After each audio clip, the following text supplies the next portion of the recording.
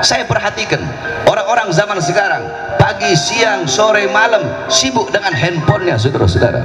Alhamdulillah, saya bersyukur kepada Allah. Udah 1 bulan ini semenjak saya sakit, saya tinggalkan handphone. Saya tidak mau sibuk megang handphone, saudara-saudara.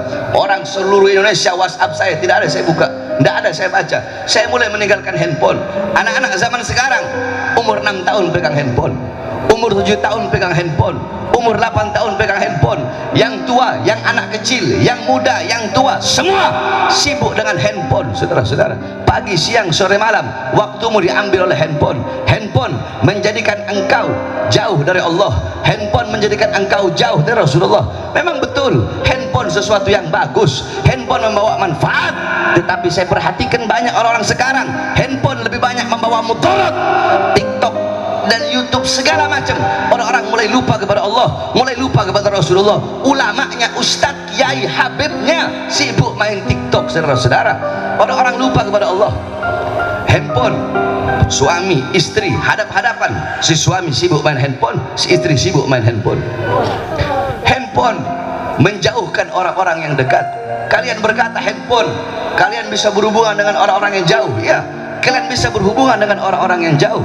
Akan tetapi handphone bisa menjauhkan suami dengan istri, menjauhkan orang tua dengan anak, dan anak dengan orang tuanya. Ini yang terjadi, saudara-saudara. Musik-musik membuat lupa dan lalai kepada Allah.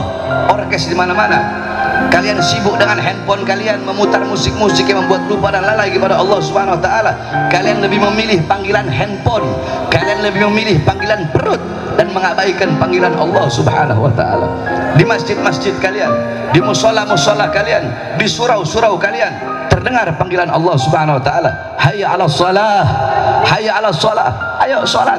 Kalian yang bekerja, tinggalkan pekerjaan kalian. Kalian yang berdagang, tinggalkan dagangan kalian. Kalian yang punya toko, tutup sementara toko kalian. Ayo kembali kepada aku, kata Allah. Ini saatnya engkau kembali kepada aku, ini saatnya engkau beribadah kepada aku. Tetapi kita yang sibuk dengan pekerjaan, yang sibuk dengan urusan dunia, sibuk dengan urusan harta, pangkat, jabatan, tahta, kekuasaan, sibuk dengan urusan perut, sibuk dengan urusan handphone, sibuk dengan urusan pekerjaan, sibuk dengan urusan tokonya. Yang di toko tetap dengan tokonya, yang bekerja tetap dengan pekerjaannya, yang sibuk dengan harta tetap dengan urusan hartanya. Lebih memilih panggilan-panggilan perut dan mengabaikan, meninggalkan panggilan Allah Subhanahu wa taala. Saudara-saudara, jikalau kalian ingin tahu bagaimana orang-orang zaman dulu, para ulama, para ustadz, para kiai, para habaib, bagaimana para aslafun saleh zaman dahulu, bagaimana ketergantungan mereka, bagaimana kebutuhan mereka terhadap handphone, apa terhadap Al-Quran, maka bercerminlah engkau, lihatlah di zaman sekarang bagaimana kebutuhanmu, bagaimana ketergantunganmu terhadap handphone. Maka seperti itulah kebutuhan dan ketergantungan orang-orang terdahulu terhadap Al-Quran. Jikalau kalian zaman sekarang bangun tidur pegang handphone, orang zaman dulu bangun tidur pegang Quran, baca Quran. Jikalau kalian mau makan pegang handphone, sebelum makan pegang handphone, mau makan pegang handphone. Orang-orang zaman dulu sebelum makan baca Quran, pegang Quran, habis makan baca Quran, pegang Quran. Kalian mau tidur pegang handphone. Orang-orang zaman dulu mau tidur pegang Quran. Kalian sesaat nggak megang handphone, hati kalian gelisah. Orang-orang zaman dulu sesaat nggak megang Quran, sesaat nggak baca Quran, hati mereka gelisah. Bukan berarti kalian nggak pegang handphone, terserah sesuka hati kalian pegang handphone. Akan tetapi jangan sampai handphone atau apapun itu, mau handphone, mau harta, mau pangkat, mau uang, mau jabatan, mau perempuan, mau tahta, mau kekuasaan, apapun yang membuat engkau jauh dari Allah, perkara apapun, sesuatu apapun, hal apapun yang membuat engkau jauh dari Allah, maka tinggalkan sesuatu itu, tinggalkan perkara itu, membuat jauh dari Allah, tinggalkan. Apalagi sesuatu itu, hal itu, perkara itu bisa memutuskan hubunganmu dengan Allah dan dengan Rasulullah SAW. 3 hal. Yang pertama, perzinahan di mana-mana, pelacuran di mana-mana, khamr di mana-mana, narkoba di mana-mana, musik-musik yang membuat lupa dan lalai kepada Allah di mana-mana. Apabila 3 perkara ini, 3 hal ini telah merajalela, maka apa kata Allah kepada bumi? Wahai bumi, guncanglah mereka. Wahai bumi, guncanglah mereka. Wahai bumi, berguncanglah engkau, bergoyanglah engkau.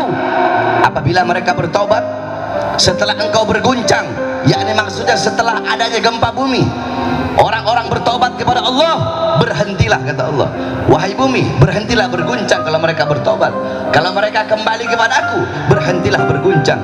Akan tetapi setelah engkau berguncang, mereka tetap dengan perbuatan dosa mereka, mereka tetap dengan perbuatan maksiat mereka. Setelah diberi peringatan, mereka masih tetap meninggalkan kewajiban, meninggalkan rasa taat dan melakukan maksiat, maka guncanglah mereka, goyanglah mereka, hancur leburkan mereka sampai mereka binasa wahai bumi. Oleh karenanya saudara-saudara, apabila ada gempa bumi di mana-mana, ada tanah longsor, ada tsunami, ada bala, ada musibah, ada bencana, kebakaran, tsunami, tanah longsor, gempa bumi, jangan engkau bertanya kepada Allah Subhanahu wa taala, ya Allah, kenapa engkau berikan bala? Ya Allah, kenapa engkau berikan musibah? Kenapa engkau berikan bencana?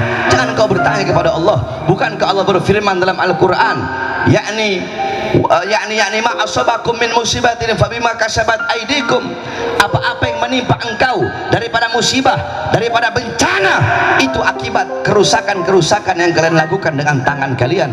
Ma asabaka min hasanatin famin Allah wa ma asabaka min sayyi'atin famin nafsik. Apa-apa yang menimpa engkau daripada kebaikan itu datangnya dari Allah, dan apa-apa yang menimpa engkau daripada keburukan, daripada bala, azab, bencana dan musibah, itu akibat perbuatan tangan kalian, itu akibat perbuatan diri kalian sendiri. Apabila ada musibah, ada bencana, ada azab, ada bala dari Allah, jangan engkau berkata, ya Allah, kenapa kau turunkan bala, kenapa kau turunkan musibah, kenapa air laut engkau tumpahkan di muka bumi, ya Allah, kenapa gunung engkau hancurkan, kenapa gunung engkau lulantahkan, kenapa engkau berikan gempa bumi, tanah longsor bagi kami. Jangan engkau sekali-kali bertanya kepada Allah, tapi tanyakan kepada diri kalian, tanyakan kepada engkau punya diri, tanyakan kepada diri kita, tanyakan kepada pemuda-pemudi kita, tanyakan kepada orang tua kita, tanyakan kepada para ulama, tanyakan kepada para ustadz, tanyakan kepada para kiai, tanyakan kepada para habaib, tanyakan kepada para penceramah, tanyakan kepada para pengkhutbah, tanyakan kepada ketua-ketua masjid, tanyakan kepada para pimpinan-pimpinan pondok pesantren, tanyakan kepada para pemuka-pemuka agama, tanyakan kepada para pejabat, tanyakan kepada para RT, para RW, para lurah, tanyakan kepada para camat, tanyakan kepada para bupati, tanyakan kepada wali kota, tanyakan kepada para menteri, tanyakan kepada para polisi, tanyakan kepada presiden, tanyakan kepada aparat, tanyakan kepada para pejabat, maksiat apa yang telah kita lakukan, dosa apa yang telah kita lakukan, ketaatan apa yang telah kita tinggalkan sehingga mengundang bala dari Allah, sehingga Allah berikan bala dan musibah bagi negara kesatuan Republik Indonesia, saudara-saudara.